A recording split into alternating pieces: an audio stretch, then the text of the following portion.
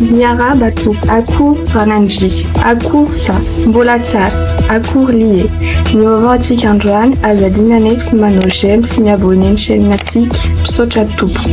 Mbola tsara antsika jiaby, miaraba tompoko. Iroso avy hatrany amin'ny famakafakana politika ary sy fa dia inona loatra reny mahazo antsika malagasy fa dia ny sesy loatra tato ho ato ny fahavoazana mahazo ity firenena ity. Tsy lazaina intsony ohatra ny loza voajanahary toy ny rivo-doza, tanety may, ny trano ravo, ny olona maty ny firotsahan'ny trano, ny rindrina. Ireo tsaboana efa manarivony tsy afaka mody eo amin'ny trano noho ny ranobe. Ny zavatra ho fakafakaitsika androany dia ny erisetra sy ny famonoan'olona eto sy erony sisy tato ho ato. Iny arahana hita inona azo any tompoko vavy Rasazina rindra dia ny tanàna nisy namono tany Ambavaloza, Ambato Finandrahana, izay efa enina ny olona voasambotra hatramin'izao. Tsy mbola fantatra kosa ny antony namonoana azy marina satria vao manomboka ny fanadihadiana azy ireo. Dia iny arahana hita iny koa nahazo ireo Koreanina tatsimo roa lahy mianaka izay nisy namono tany Moramanga ka nahatonga ny teratany Koreanina monina eto Madagasikara sy ny ambasadôrin-dry zareo eto an-toerana naneho ny fahatezerana ka ny angavy mitondra malagasy ampiasa ny hery rehetra hitadiavana ireo nahavandoza tamin'io raharaha io hanome ny sazy farany izay endrana indrindra ho azy ireo. Mbola tsy nisy voasambotra aloha hatreto ny olona nahavanona io eliko io. Tadiditsika koa ilay mpanakalo vola vahiny nisy nanafika teo amin'ny pavion Analakely any vitsivitsy lasa koa izay andro atoandro be izao no nitrangany izany fanafiana izany izay mahafeno ny olona mivezivezy tokoa teo amin'ny toerana io. Anefa dia Sandry Zalahy jiolahy no nanafika sy namono azy io ka noribainy avokoa ny vola tao. Tsy vitan'izay fa mbola novonoiny ihany koa ilay lehilahy mpanakalo vola io rehefa azony daholy ny vola tao. Metoyany dia ireny hitantsika tamin'ny Hainao Aman-jery ireny fa hoe ilay telolano tofirina teny Andotapenaka ireny no atido nikotrika izy iny. Ny mahavariana dia izao raha fantatra tokoa ary fa izy telonahy ireny no nanao iny opération iny, izany hoe efa fantatro ireo mpitandro filaminana na ny toerana na ny fonenana misy azy telonahy. Nanonona no tsy natao sarika ampandrimy vao maraina dia nentina natao famitorana avy eo gadraina any amin'ny fondra mifanaraka amin'ny heliko avitany ary sao koa mba afaka manoro ny namany raha mbola misy hafa fa tonga dia ireny ny fanindriana andro mazava be ireny ry zalahy ka ny afara tamin'ny fitifirana sy ny famonoana azy telonahy ireny. Misy ny laza fa misy karana be fialonana naniraka azy ireo nanao ny teti-dratry famonoana ilay mpanakalo vola tao amin'ny pavion iny ka mba tsy hamohan'ny anaran'ity karana ity dia tonga dia natao exécution ry zalahy. Ny maty mantsy hono tsy miteny araka ny ohabolana malagasy. Araka ny nambaran'ireo izay nanatso maso teny an-toerana ihany koa dia tsy nisy sommation na fampitandremana akory hoe hitifitra izay raha tsy mitolo-batana nareo ka avy hatrany dia tifitra no natao azy ireo na ny hery tao anaty tsikafona azy. Izahay eto amin'ny Dabo News TV dia tsy momba ny olon-dratsy izany, tsy omba azy ireny mihitsy ary tena manameloka izay rehetra mero fa kosa misy ny lalàna ary misy koa ny zon'olombelona eto Madagasikara. Ny vaovao farany ity zao dia ilay fanafia teo ambody afotsy ampitatafy ny aliny alakamisy 7 febroary 2024 teo iny teny Atsimondrano teny fanafiana miaro abibiana ihany koa satria tsy vita mangalatsy ry zalahy fa mamono izay olona sendra azy ao an-trano ao. Tena mandaka ny tsy fandriampahalemana eto amintsika ankehitriny ary tena tsy matahotra intsony ireo jiolahy. Araka ny hita amin'ity horonan-tsary fanaraha-maso tao amin'ilay tokantrano ity dia tena mahay ny lalana andehanany sy hidirany zalahy ireto. Midika ve izany fa nisy olona avy ao anatiny nanao azy ireo ny fidiranao sy ny tsy maha ao ny olon-dehibe. Isika malagasy tsy vita nefa mahanja mbola tsy misy asa mba aforon'izao fitondrana izao. Okany manao tao foana tsy lasa jiolahy ny akamaroan'ny tanora tsy mahita asa. Ny mpitandro filaminana raha teo variana amin'ny fiarovana ny fitondrana ka tsy manana fotoana iarovana ny vahoaka akory. Tena mampalahelo no mahazo amin'ny Madagasikara ankehitriny. Izay indray no azo ambara amin'ity fakafaka politika androany ity. Mametraka ny veloma vetivety indray tompoko.